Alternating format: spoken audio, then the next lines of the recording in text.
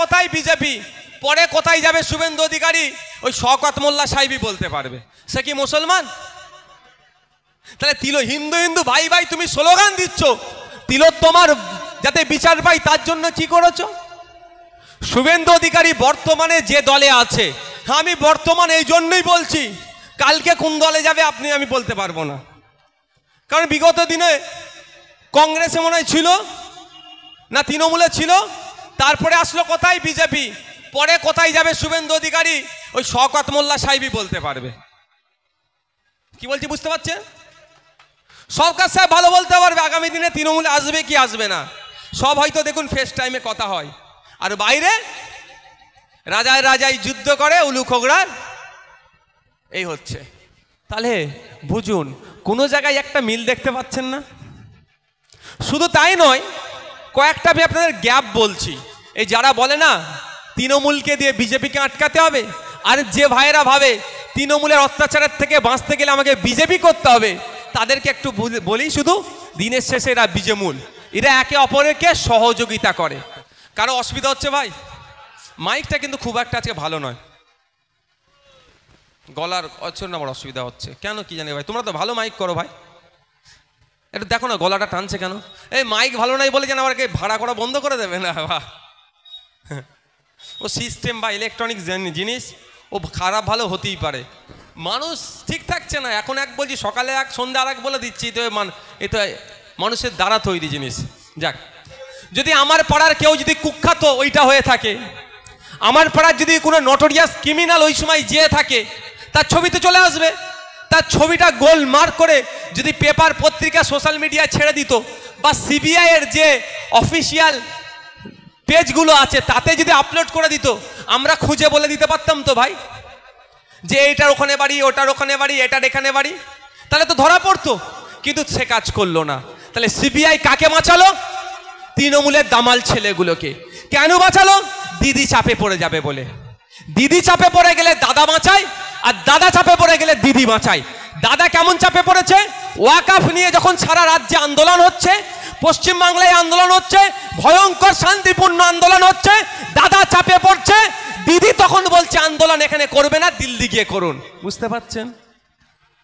ঠিক 54 জনের মধ্যে দেখলে দেখা যাবে তৃণমূলের নেতার দামাল ছেলে মেয়ে কিছু জড়িয়ে আছে। তৃণমূলের নেতার দামাল ছেলে মেয়েগুলোকে বাঁচানোর জন্য দাদার সিবিআই আর পাবলিক ডোমিনে দিল না, ওই 54 জন কারা একটু খুঁজে দাও। বুঝে আসছে ভাই? হিন্দু হিন্দু ভাই ভাই বলছে, তিলোত্তমার ধর্মীয় পরিচয়টা, আমি ভাই ধর্ম নিয়ে রাজনীতি করি না, কিন্তু আজকে বলতে বাধ্য হচ্ছি, সেটাও কিন্তু তিলোত্তমা হিন্দু মা, আমার বোন একটা, আমার বাড়ির মেয়ে, আমার বোন, কি ধর্মীয় পরিচয় তার কি? এই জোরে বলুন, বলতে অসুবিধা লাগছে নাকি? কি ধর্মীয় পরিচয় কি? তার জন্য আমরা লড়াই করছি তো। আমি ওদের মতো ডায়লগ দিচ্ছি না যে মুসলমান মুসলমান ভাই ভাই, কিন্তু ওরা বলছে হিন্দু হিন্দু ভাই ভাই, তাহলে তিলোত্তমার বিচারটা করতে হবে তো। তাহলে 54-55 জনের খুঁজলো না, ধামা চাপা দেওয়ার চেষ্টা করলো, ওগুলো ছেড়ে দেন। আচ্ছা, যখন উনি মানে ডিউটিরত ছিলেন, ওই আমাদের বোন, আমাদের মেয়ে একাই কি ডিউটি করছিলেন?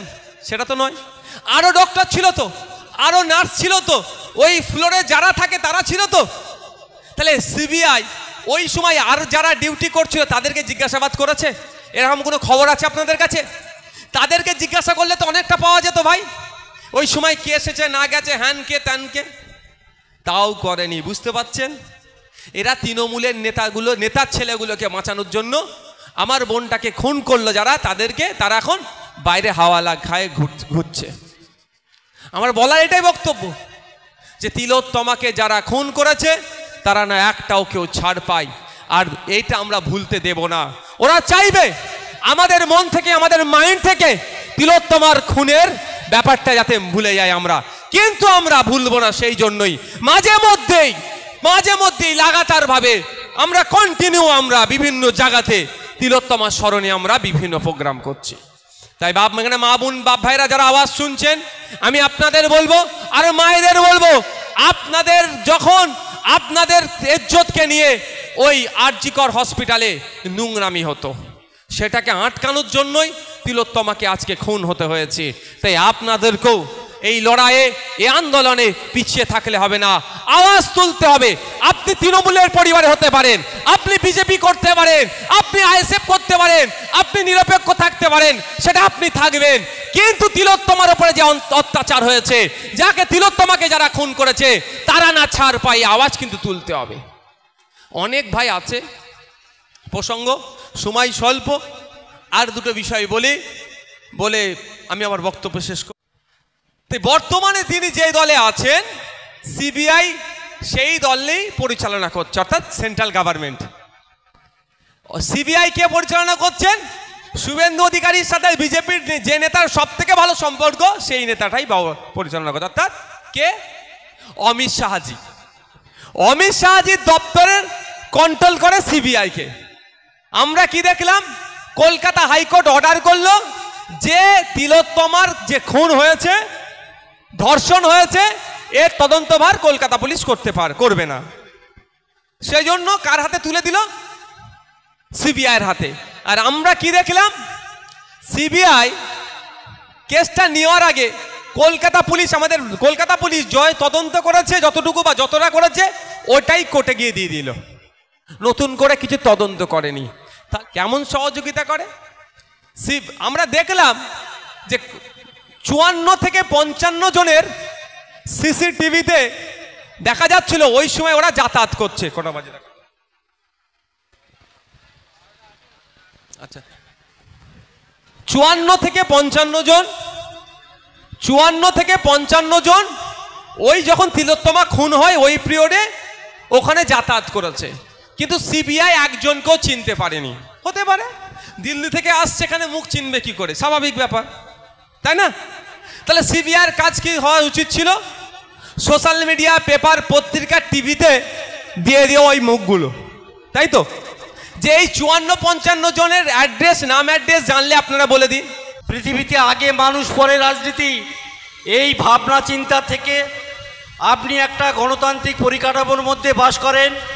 যদি কোনো অগণতান্ত্রিক প্রেক্ষাপট পরিবেশ তৈরি হয়, সেটা কোনো ব্যক্তির দ্বারা যদি তৈরি হয়, কোনো প্রতিষ্ঠানের দ্বারা তৈরি হয়, সেটাকে প্রতিহত করবার দায়িত্ব সম্মিলিত জনগণ, আমার, আপনার।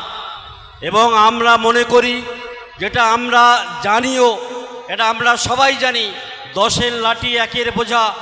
নীতি নৈতিকতাভাবে আমি আপনি গতরে খাটি তাই খাওয়া হয়, কেউ আমাদের খাওয়া পড়া দেয় না। আপনি বাড়িতে শুয়ে পড়ে থাকবেন, কোটি টাকা আপনার বাক্সে থাকলেও খাওয়া আপনার মুখে আসবে না, তার জন্য কিছু নির্দিষ্ট প্রসেস আছে।